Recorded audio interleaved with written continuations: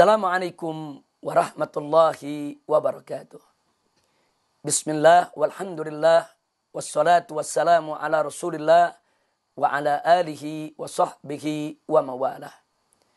Para pemirsa TV dan Radio Rasil, dimanapun Anda berada, semoga rahmat dan berkah dari Allah subhanahu wa ta'ala selalu menyertai kita semua. Ibadallah, 2 hari berturut-turut kita telah sama memaparkan dalam kajian singkat kita di sore hari ini, yaitu tentang rahasia niat berpuasa Ramadan dengan rahasia sahur sebelum seseorang itu berpuasa setiap harinya di bulan Ramadan. Kali ini kita akan bersama-sama mengkaji tentang rahasia iftar. Dalam satu hadis yang diriwayatkan yaitu oleh Ibn Majah dan Al-Imam Ahmad rahimahumallahu ta'ala wa ardahuma, di mana Nabi pernah bersabda alaihi salatu wassalam, la yazalun nas bi khairin ma'ajjalul iftar, yang artinya bahwa umat manusia, yaitu umat Islam yang dimaksud di sini, akan tetap selalu berada dalam kebaikan selama mereka menyegerakan berbuka puasa. Jadi melalui hadis ini ada anjuran dari Nabi alaihi salatu wassalam agar kita tidak menunda-nunda berbuka puasa kita. Manakala sudah masuk waktu maghrib, segeralah kita berbuka puasa tanpa penundaan.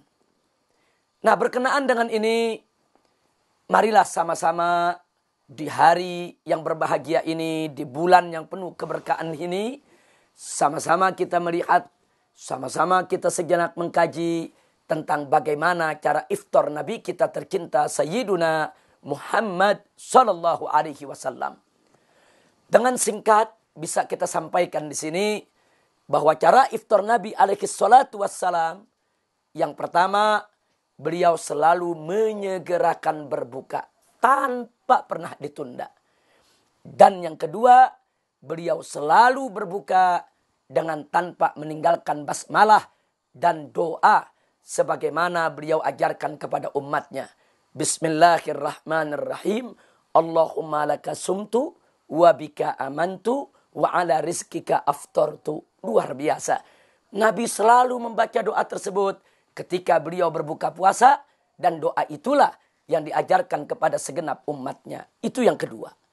Dan yang ketiga, Nabi alaihi salatu wassalam selalu mengawali buka puasanya dengan memakan kurma dan meneguk air putih. Ini menarik. Ini menarik. Bahwa yang ketiga, Nabi tidak pernah meninggalkan. Setiap berbuka selalu dengan kurma dan selalu dengan air putih. Dan yang keempat, setelah Nabi memakan kurmanya dan meminum air putihnya, beliau langsung melaksanakan sholat maghrib berikut dengan zikirnya. Baru setelah usai beliau melaksanakan sholat maghrib dan zikirnya, barulah beliau makan makanan yang berat. Seperti makan roti yang terbuat dari gandum, seperti makan daging, dan lain sebagainya. Nah, inilah cara daripada iftar Nabi kita Muhammad sallallahu alaihi wasallam. Sekarang pertanyaannya, ada apa rahasia di balik iftarnya Nabi alaihi salatu wassalam? Mari sama-sama kita lihat. Yang pertama, kenapa Nabi alaihi salatu wassalam menyegerakan berbuka? Ada apa dengan buka yang disegerakan tanpa ditunda? Tentu kita tahu bahwa setelah seharian penuh kita berpuasa, berarti seharian penuh itu lambung kita tidak bekerja. Lambung kita kosong.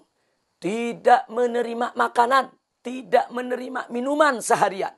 Sehingga begitu datang waktu berbuka, tidak layak lagi untuk kita memperpanjang, yaitu lambung yang kosong, memperpanjang lambung yang tidak bekerja, memperpanjang rasa lapar dan haus kita. Kenapa? Sebab itu berbahaya bagi kesehatan organ pencernaan. Jadi cukup sudah seharian berpuasa, langsung kita berbuka pada saat telah datangnya waktu maghrib. Kemudian yang kedua, kenapa di dalam berbuka puasa Nabi membaca basmalah dan membaca doa, tentu sama kita maklumi, yaitu tidak lain dan tidak bukan karena di dalam basmalah, di dalam doa ada keberkahan yang tersimpan dari Allah Subhanahu wa taala. Bukankah Nabi pernah menyatakan dalam satu hadis, kullu amrin dibalin lam yubda'u fihi bi bismillahirrahmanirrahim fahuwa aqta. Setiap urusan yang memiliki arti, jika tidak dimulai dengan bismillahirrahmanirrahim, maka dia terputus daripada keberkahan. Nah, maka itu kenapa Nabi memulai dengan basmalah dan doa? Untuk mendapatkan keberkahan dari Allah Subhanahu wa taala. Yang ketiga, lalu ada apa dengan kurma? Kenapa berbuka puasa ini dianjurkan untuk memulainya dengan kurma dan air putih? Kurma mengandung glukosa yang sangat tinggi. Sementara lambung kita setelah seharian berpuasa tidak mendapatkan suplai makanan maupun minuman, itu terjadi pengerutan. Bahkan jalan-jalan darah kita mulai tidak lancar. Nah, ketika itu, manakala perut itu ingin kembali dinormalkan, ketika perut itu ingin disuplai makan makanan yang berat, maka lambung tadi tidak boleh dikagetkan dengan makanan yang berat. Untuk itu dirangsang terlebih dahulu. Bagaimana cara merangsangnya? Dengan memakan kurma. Karena glukosa yang dikandung kurma itu akan merangsang lambung untuk kembali normal agar siap untuk mencerna makanan. Bukan di situ saja, didorong dengan air putih. Ada apa dengan air putih?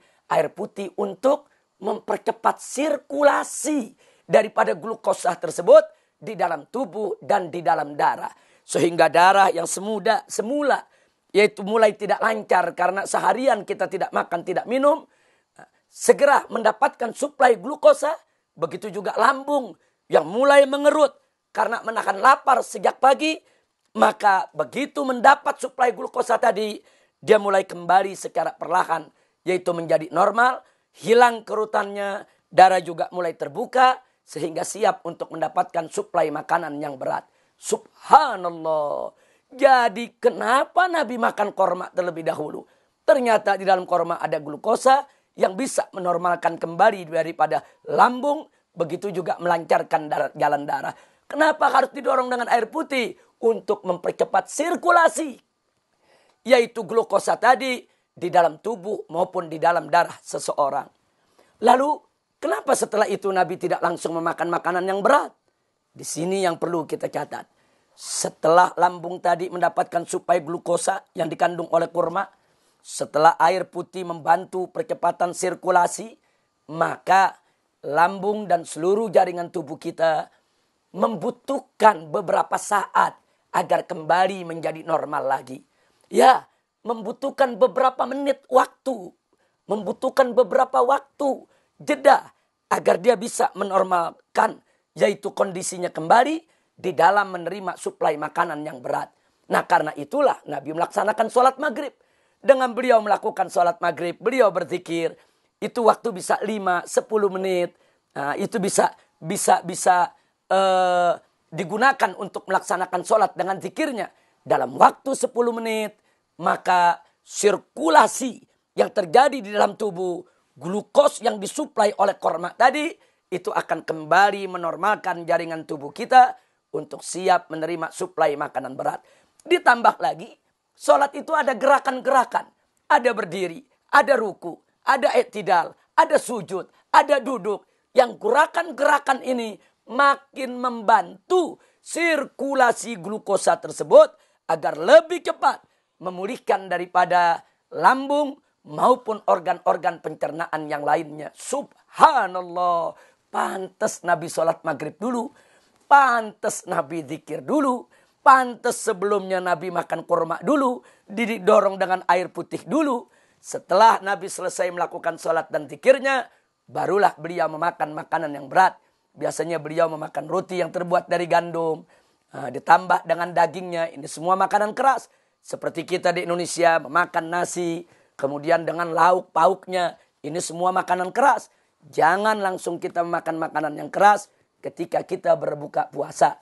Beri kesempatan kepada lambung untuk menyesuaikan diri. Beri kesempatan kepada organ pencernaan untuk mempersiapkan diri di dalam menerima daripada suplai makanan berat. Caranya ikuti cara berbuka Nabi kita Muhammad sallallahu alaihi wasallam. 1. Segerakan berbuka. 2. Baca basmalah dan doa. 3. Jangan lupa makan korma dan minum air putihnya. 4. Setelah itu salat maghrib dan zikirnya. 5. Barulah memakan makanan yang berat. Insya Allah kalau kita lakukan puasa dengan cara Nabi alaihi salatu wassalam, bukan hanya kita mendapatkan pahala, akan tetapi lebih daripada itu kita mendapatkan keberkahan dan kesehatan kita bisa terjaga. Amin ya rabbal alamin. Itulah yang bisa kita sampaikan pada kajian hari ini. Mudah-mudahan bermanfaat untuk kita semua. Mudah-mudahan ini bisa memotivasi kita agar kita mengikuti cara buka Nabi kita tercinta Sayyiduna Muhammad sallallahu alaihi wa alihi wa sahbihi wasallam. Terima kasih. Semoga Allah memberkahi kita semua. Hadani Allah wa iyyakum ila siratihil mustaqim. Wassalamualaikum warahmatullahi wabarakatuh.